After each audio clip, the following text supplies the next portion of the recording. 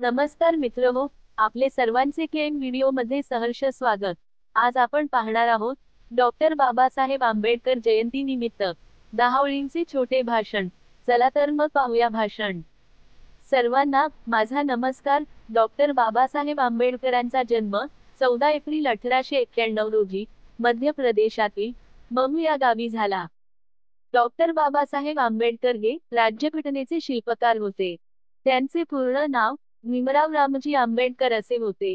त्यांनी शालेय शिक्षण घेण्यासाठी खूप कष्ट केले। त्यांनी अनेक सामाजिक कार्यात सक्रिय सहभाग घेतला होता।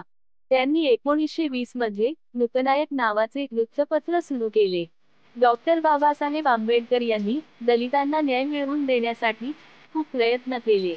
त्यांनी 6 डिसेंबर 1956 रोजी दिल्ली येथे अखेरचा श्वास घेतला।